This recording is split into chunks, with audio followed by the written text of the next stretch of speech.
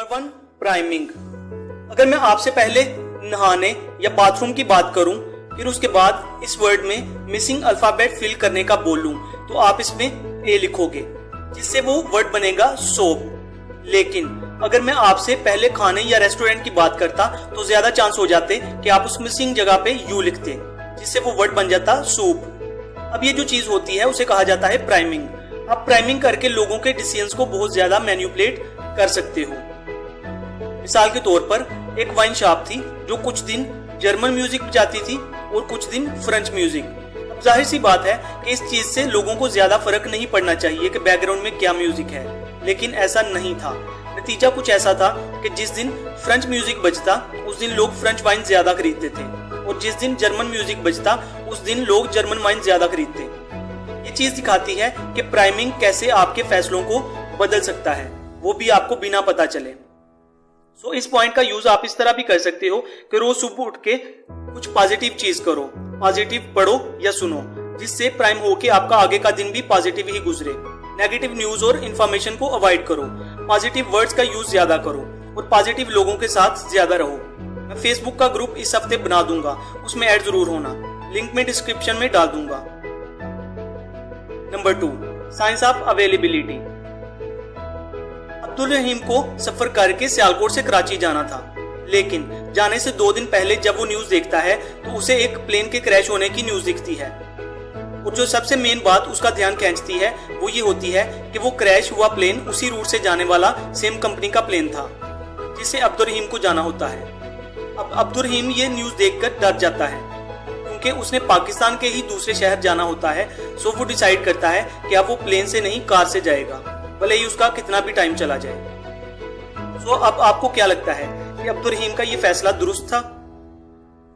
बिल्कुल भी नहीं, क्योंकि इस चीज को अगर हम स्टैटिस्टिकली देखेंगे तो सच्चाई ये है कि इंसान के कार एक्सीडेंट में मरने के जो चांस होते हैं वो हैं 1 in 6700, जो कि एक प्लेन क्रैश से बहुत ज्यादा है।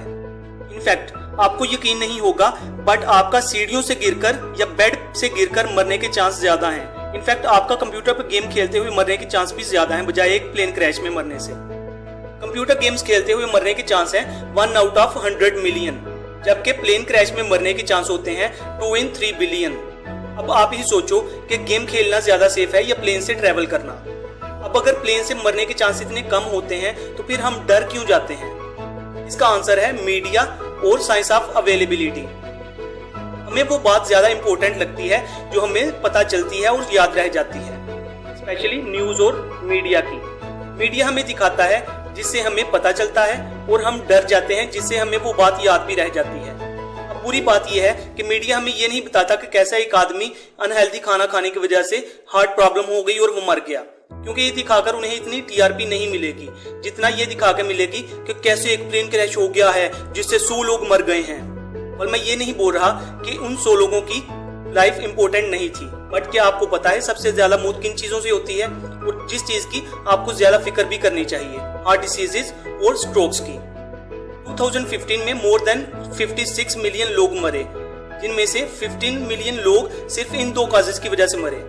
जाके सर्च करो top 10 of causes of death, आपको पता चलेगा कि मोस्ट काजेस ऑफ डेथ जिससे लोग मरते हैं वो होता है अनहेल्दी खाना, फिट नहीं रहना, स्ट्रेस में रहना, पोल्यूशन से भरी हवा, एक्सेट्रा। ये सारे रीजंस हैं जिसके बारे में हमें फिक्र करनी चाहिए, लेकिन मीडिया ये नहीं बताएगा, क्योंकि आपको ये देखना ज्यादा इंटरेस्टेड लगेगा कि प्लेन क्रैश कैसे हुआ, बजाय ये देखने के कि कैसे ज्यादा अनहेल्दी खाना आपको और आपके बच्चों को कुछ साल बाद बहुत प्रॉब्लम दे सकता है।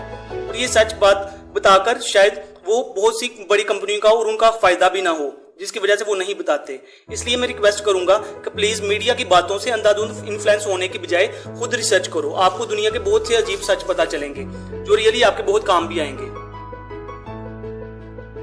नंबर 3, हाइंडसाइट बायस। समझो आप एक दिन अपने दोस्तों के साथ प्लान बनाते हो कि आप लोग कहीं घूमने जाओगे या शॉपिंग करने जाओगे। तभी आपका एक फ्रेंड जिसका बाहर जाने का मूड नहीं है, वो बहाने बनाते हुए बोलता है, अरे रहने देते हैं, आज नहीं जाते, मुझे कुछ ठीक नहीं लग रहा, बारिश भी हो सकती है। लेकिन आप लोग कुछ नहीं सुनते और उसे जबरदस्ती लेकर जाते हो। अब वहां जाके सबको मजा आ रहा होता है, लेकिन फिर अचानक तेज बारिश होने लगती है। सारा मजा खराब हो जाता है और तब आपका वो दोस्त बोलने लगता है, देखा मैंने कहा था ना, मुझे पता था बारिश होगी और वही हुआ, तुम लोग मेरी बात सुनते ही कहाँ हो। तब आप शायद उसे गाली दोगे या चुप रहोगे। पर सवाल ये आता है कि क्या उसका सिक्स सेंस इतना अच्छा था? यकीनन नहीं, क्योंकि अगर बारिश नहीं होती तो वो कुछ नहीं बोलता, लेकिन क्योंकि बारिश हुई सो उसे लगने लग गया कि उसे पता था। ऐसे ही आपने बहुत बार सुनी होगी ये लाइन, मुझे पता था, मुझे पहले से पता था, मुझे पता था पाकिस्तान हार जाएगा, मुझे पता था इमरान खान के दौर में महंगाई बढ़ जाएगी। नहीं, उन्हें नहीं पता था, क्योंकि अगर उन्हें पता होता तो वो भी बहुत ज्यादा अमीर होते या कोई नजूमी होते, जो कि वो नहीं है। और इसी पहले से पता होने वाली फीलिंग्स को जो आउटकम आ जाने के बाद आती है उसे बोलते हैं हाइंडसाइट बायस। किसी को भी पता नहीं होता कि एग्जैक्टली क्या होने वाला है, बट फिर भी आउटकम आ जाने के बाद लोगों को लगने लगता है कि उन्हें ये पता था, उन्हें पहले से पता था। ये चीज कभी बहुत सारे मसले भी बना देती है। मिसाल के तौर पर बहुत बार लोग सोचते हैं कि उन्हें पहले से पता चल गया था, लेकिन सामने वाला इतना बेवकूफ कैसे हो सकता है जो उसे समझ नहीं आया, जो कि एकदम गलत सोच है। इसीलिए ये बात समझो कि आउटकम आने के बाद आपको लगेगा कि आपको पता था और दूसरों को भी समझना चाहिए था, लेकिन ये सच नहीं है। आपको नहीं पता था और दूसरे इंसान को भी नहीं पता था। तो इसीलिए आउटकम को मैच्योरली हैंडल करो। ये बातें मैंने आपको think fast and slow book से बताई हैं। इस किताब के राइटर एक नोबेल